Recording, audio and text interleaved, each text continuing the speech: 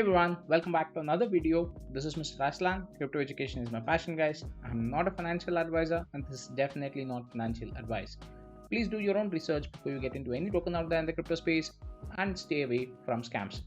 This video is kind of special because this is something that I really wanted to put across from quite some time, and finally I did find some right information how you could earn in crypto. But I'll give you 3 ways in which you could earn crypto, again giving you a risk factor indication as well. Depending on the method that you would like to choose in terms of earning cryptocurrencies, you will have to weigh your risk versus the rewards options. So without further delay, let's get on to this video on how you can earn crypto, the legit ones, that is courtesy of learncrypto.com. This is a website I sometimes refer in terms of understanding the basics of crypto and stuff, so you could just go check that out as well. This is a chart that will show you in terms of 3 modes of where you can actually earn crypto. Now, learning, stacking and speculating. Know the word I'm speaking of is stacking, not staking. All right, so I'll tell you the difference once we get to that particular point. The first one would be learning, in fact. So now when it comes to the risk appetite, you can see the color coding over here. It is the least riskiest mode of earning crypto. The main reason here being, or you do some micro tasks so that you get some crypto as a gift or a benefit for doing those tasks. So the risk that you are taking from your end is quite less or almost nil, I would say, because you are not investing any real world money into it in terms of buying the crypto actually. So the first thing that you can actually do is faucets. These are kind of reward pools which you can actually claim for free without any investment as such. And microtasking is one other way where you could do a bit of sharing on the social media, or even going ahead and doing some small social tasks as such. So these would earn an amount of crypto, again depending on projects. Now referrals, bounties and affiliation, that's how you can actually go ahead and earn in one more way, wherein you are not investing in anything as such, but you are getting yourself affiliated with the project in one or the other mode, and you would be able to get that as payment for some of your small tasks or services that you do. The last but not the least would be working in crypto itself. So when you're working for a project, you wouldn't have to potentially invest some of your amount at all, be it in the level of a developer or be it in terms of, like I said, a mod kind of an activity that you do in any of the community projects that are out there. You do not need to invest any money from your end. For the task or the work that you are doing or for helping the project grow, you would be paid in terms of the cryptocurrency that's there for the project. Now this is again the least risk taking factor in terms of the learning area, but it has its own reward as well. So the reward pool over here might be restricted and limited, mainly because of the fact that you are doing only a certain amount of tasks and you're limiting yourselves. Sometimes when you're working for a project, you're not actually allowed to go ahead and deal with the currency itself. So you would also be restricted in terms of having just a normal amount of payment. Apart from that, you won't be able to go ahead and trade it as such on the open market, mainly because of the fact that you would be having access to some privileged information. Those are kind of security measures that the project themselves take, if it is a good and legit project, guys. That's something that you'll have to stress upon. Now the next portion that I would like to touch base is stacking.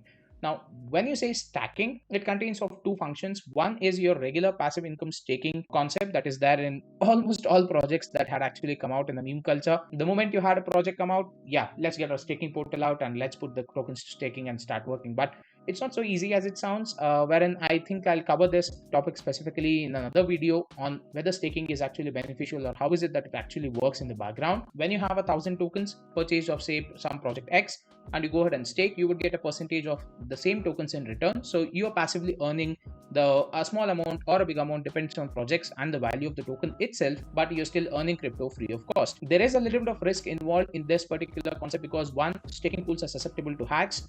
2, you will have to actually purchase and stake the crypto. So yes, there is an investment in the gas fees as well in most of the cases. And 3, it is subject to price fluctuations and the volatility of the market as well. So this, if you're ready to go ahead and take these kind of minor risks, I would say still much better than what we have in the next section, that's speculating. Second section in the stacking itself would be the DCA and forks and airdrops.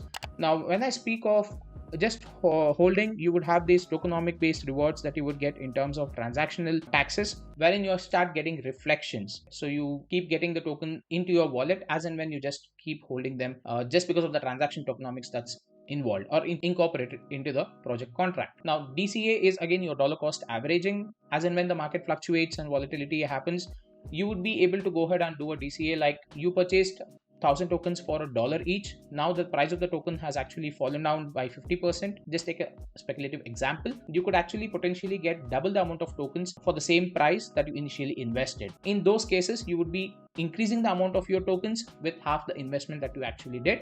Wherein, and once the actual volatility gets settled down and you see some price action on the specific project or token, you would be at a much better benefit.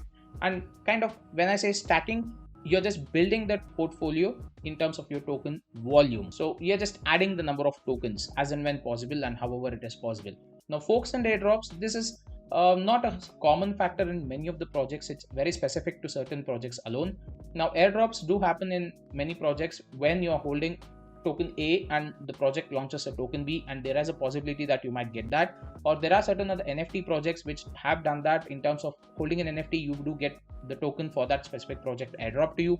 The recent one, if I want to give an example, is the Bored Ape Yacht Club, or the BAYC, wherein if you had actually had an NFT, I think somewhere close to around $11,000 amount of tokens at the time of launch, ape tokens, they were given to you free of cost. So these kind of airdrops keep happening.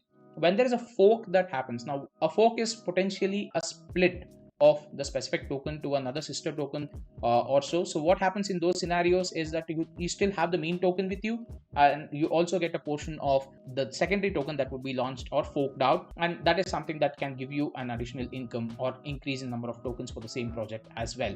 So these are the methods where you can actually look for stacking particular tokens and increasing the volume. Now stacking basically is more into increasing the volume of your tokens, but in a methodological approach.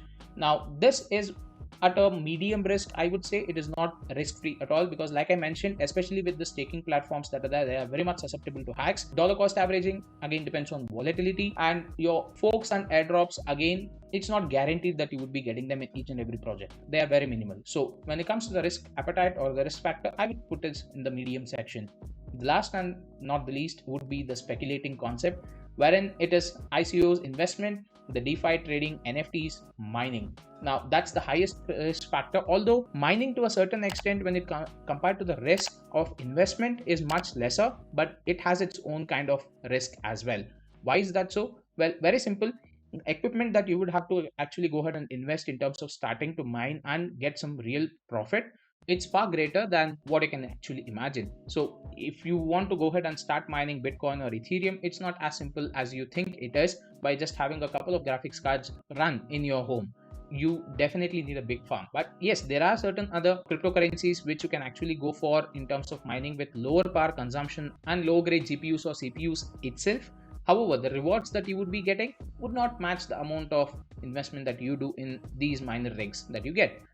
It again depends on individual risk-taking appetite and the individual rewards that you would like to reap. So you would have to decide whether mining would definitely be beneficial for you, if definitely be much better off in terms of investing in crypto rather than buying a mining rig, because maintenance of those mining rigs, it's pretty hard. Checking on the speculating factor, it's more to do with regular trades. You buy the project if you like it, or you want to go ahead and take a chance or a gamble, and then you go ahead and sell it for a higher price to gain the profit. These are the things that are there in terms of the speculating. Now, risk is very much high over here, mainly because of the factor that there are tons of projects that are coming out every single day in the crypto universe right now. In those scenarios, you would have to be very, very careful in terms of investing your money, whether the project would actually give you the profit or would send you down a rabbit hole of losses. So these are the three ways that I wanted to actually touch base upon in terms of what crypto investment is and how is it that you can actually earn crypto while taking your risk into consideration.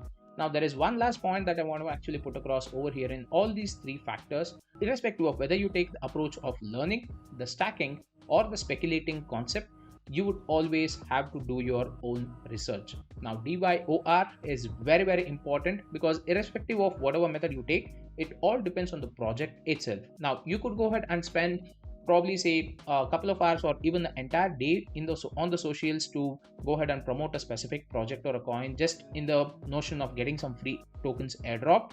At the end of the day, it might result in a scam, or on the flip side, the project itself might not launch owing to many other factors. Now, when it comes to certain other stuff in terms of speculating market, you need to be very, very careful because you are investing your hard-earned money into it. Always invest in those projects which have some good legit options available and have a long-term sustainability plan in them. So a couple of projects which I would like to definitely quote over here, which I am personally invested in, not endorsing any such. One would be JEDSTAR.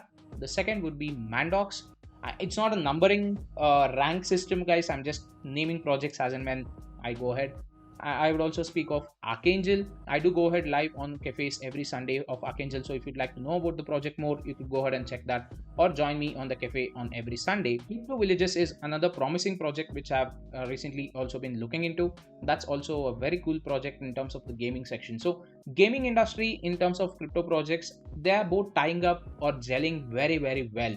So I believe the GameFi NFTs, they really have a very big future in terms of crypto industries, and that's where my investments personally are going in a lot to these GameFi related projects.